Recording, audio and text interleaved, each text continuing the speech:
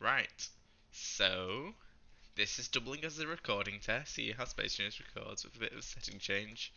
So we're going to do a bit of a show-off, showcase review of a certain plane. My Falcon heavy lift plane. Well, I just call it Falcon plane, but it's more like, let's just call it the Falcon cargo plane. Keep it short in my blueprint. So, yeah, it's a bit of an interesting craft, which I would say is relatively complete. Not going to put it in the workshop because Christ, it's a piece of shit, but it's a usable piece of shit. Right, to show it off, we have here this monstrosity.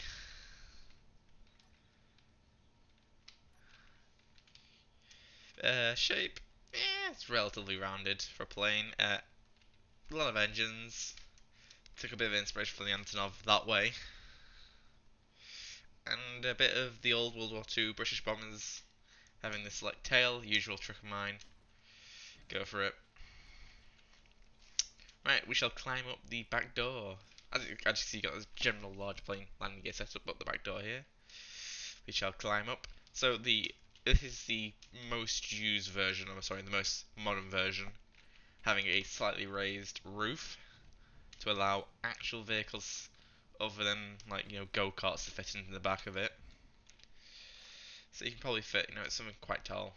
You can fit something with a bit of headroom. We have some seats. You have reactor batteries for your power, and you have the cockpit with a program block. I think this should run.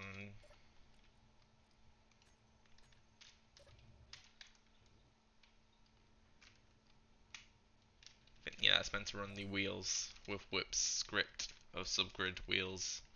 If it works with modded, do not clue.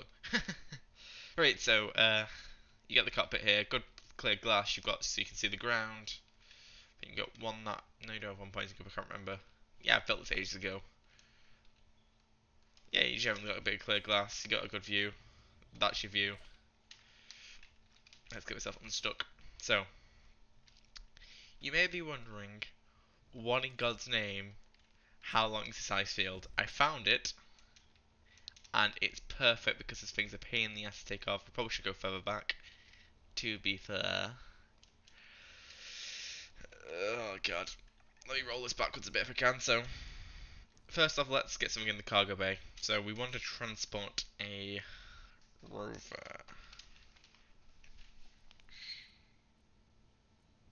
Extreme conditions rover? Nope, that's too goddamn tall. That is actually crap. For anything other than, I don't know, flat. Let's go for this classic.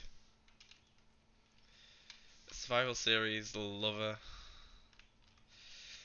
The Mars series, which was short, sweet, but I had steamrolled all my way to a rocketry, didn't really have a base, sort of like leaving Mars was the only thing I could really do to keep it interesting and not boring for me. I think it's like the best road design I have. On the Fury. Roll the boy up. So probably should lock it in with a landing gear or something of that effect, but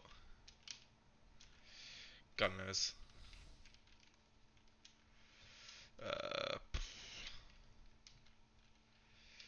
That could be just made up on the fly, I guess. So I'm prepared, aren't I? I have the landing gear.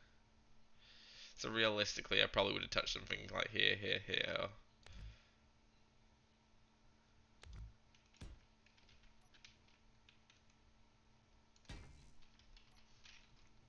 We just have this thing roll back.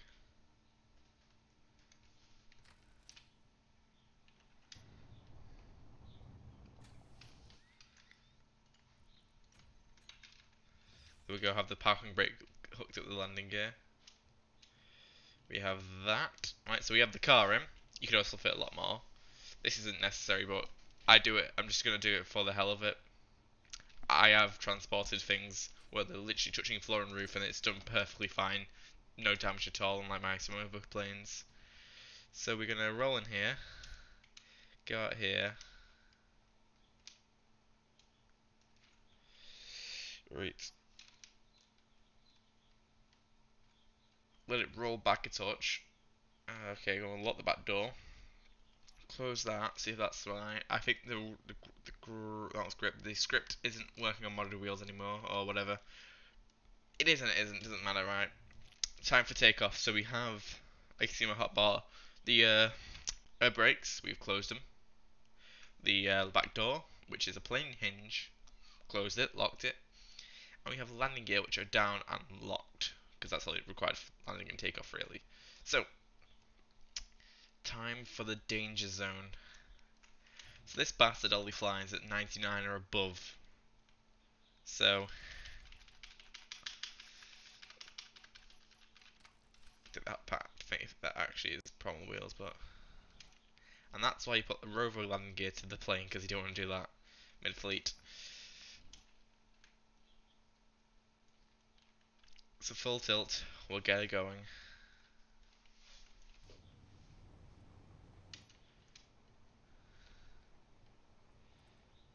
Thank God for ice. Being a bit more slippery than most other surfaces. Oh look, nickel. Oh, it's the rover. I was gonna say it's not an ore. The text on here. Come on, faster, faster, faster. I'll pitch up a touch there. Now this is where you need precision. Not to strike the back of the plane on the floor. Sorry for the bad view, but there we go. We've touched off the ground.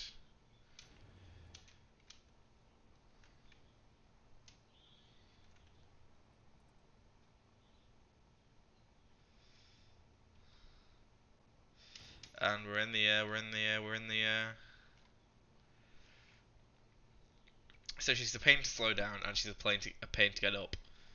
But she's a big plane. She can fly pretty stable. She's one of my more realistic design planes, to be fair. She flies like you would expect. So we're gonna unlock the landing gear, fold them up, and voila. Oop, nope, wrong button again. I pressed it. Go, went back down. Go up.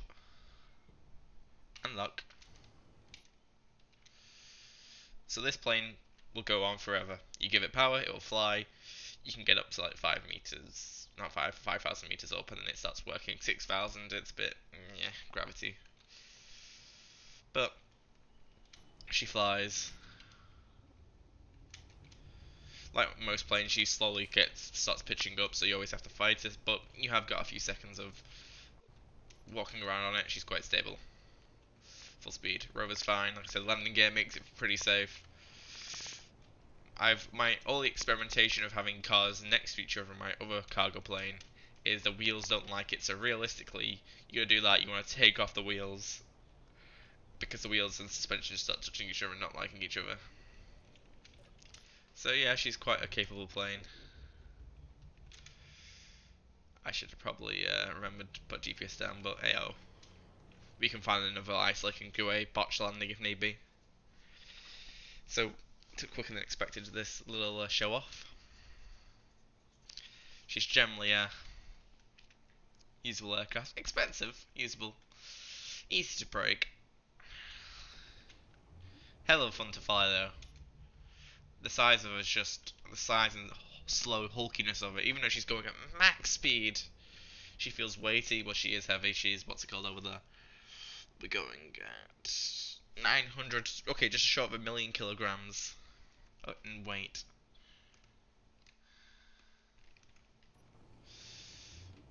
So if 1,000 kilograms is a ton, I need to Google that. Oh god.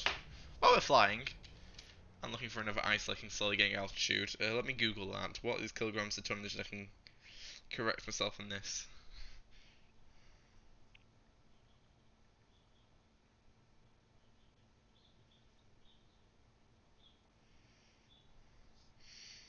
So it's 942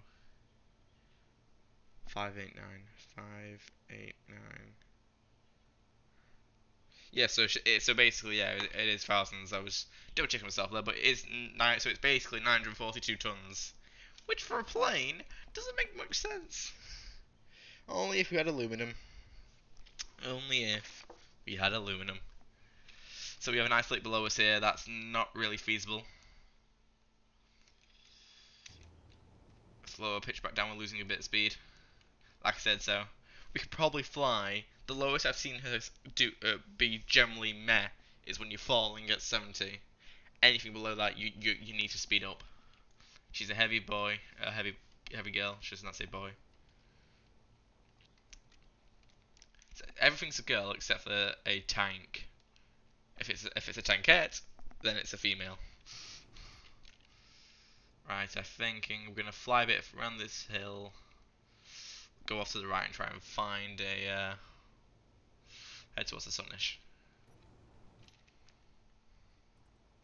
Because yeah, we might be able to do that jangly, but we probably have to come down through the valley, and I think the valley's too tight. But she flies like a real plane. Once she's up, she's pretty safe. In theory, to be fair, you spend too much time trying to get up, and you'd be around half the planet before you're at max altitude anyway. So generally, she's quite useful. Probably very hard to get onto because she's basically flying at max speed, so it'd be fairly hard to catch up to unless your pilot, loses a bit too much on the altitude climbing spectrum. So we're at 2,000. We're basically shy of 3,000 here. I think it'd be about 2,000 more meters, and then we've reached max optimum height of the thrusters. Really, the plane can keep going on forever if it was hydrogen. That reminds me of a plane a more recent plane I've made, which is like, it's a bit of a, at first it was like a bit of a cargo plane, then I spent too much time on the landing gear. Added doors to it, it worked. Added more plane, it broke the doors. But the landing gear are quite sophisticated, so perhaps if I land this and it's not like 31 minutes long, this video, I might show it off to you, humans. So we have a ice field here. So this plane's probably decent at power drops, and it's probably more recommended for power drops, as you don't have to land it on random airfields and places. Anywhere that's relatively flat. To be fair, the Earth planet is more or less ice fields or deserts. Slight problem is that's probably long enough, but not. It's too sharp angled. I'm probably going and need to head more towards the desert again.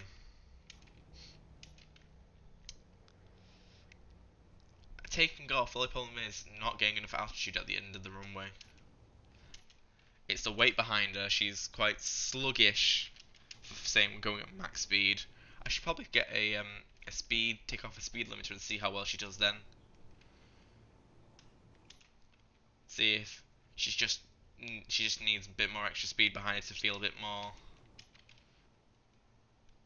But to be honest, she feels like she's basically, this is her pottering along. It feels like realistically you want to go a bit more faster than this. Well, doing what was it? This is it's basically meters per second. You double it from miles per hour. No, you don't double it. You half it. Oh god, what was it? No, you half it. You don't double it. So, but I am doing. Oh god, I need to Google that as well. Okay, let me clear the mountain and confirm what I'm trying to think. So normal planes fly at, like passenger planes fly at like, was it 500 miles per hour? When they get up to max height as well, they start, the full speed is like 500 miles per hour. Or is that kilometers, whatever it is. I think it's miles. Kilometers is a bit more stupid. I'm trying to get around my head if I'm in kilometers or meters per second. I can't remember the exact exchange for meters in my head right now, so I'll Google it for you. Well, I've got my phone on me. Also, while we're looking for some flat land. Meters per second. 2 miles per hour.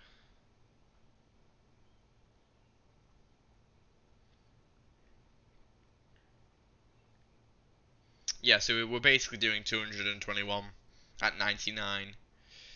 So, yeah, so basically if we went up to 400, that'd be more realistic of an actual airliner, so I was right, it is basically double that.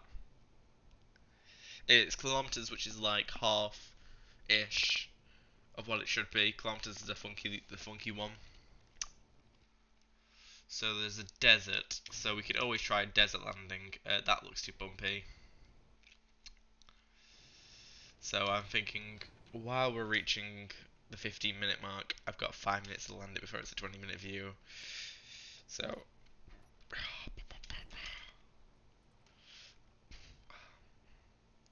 let's start losing altitude. So like I said, she feels pretty good. There's not much you can complain about her really. She feels smooth, she flies smooth. Like I said, all she really needs is a bit more speed behind it, because like I said, you can see that she's quick, but she's not that quick.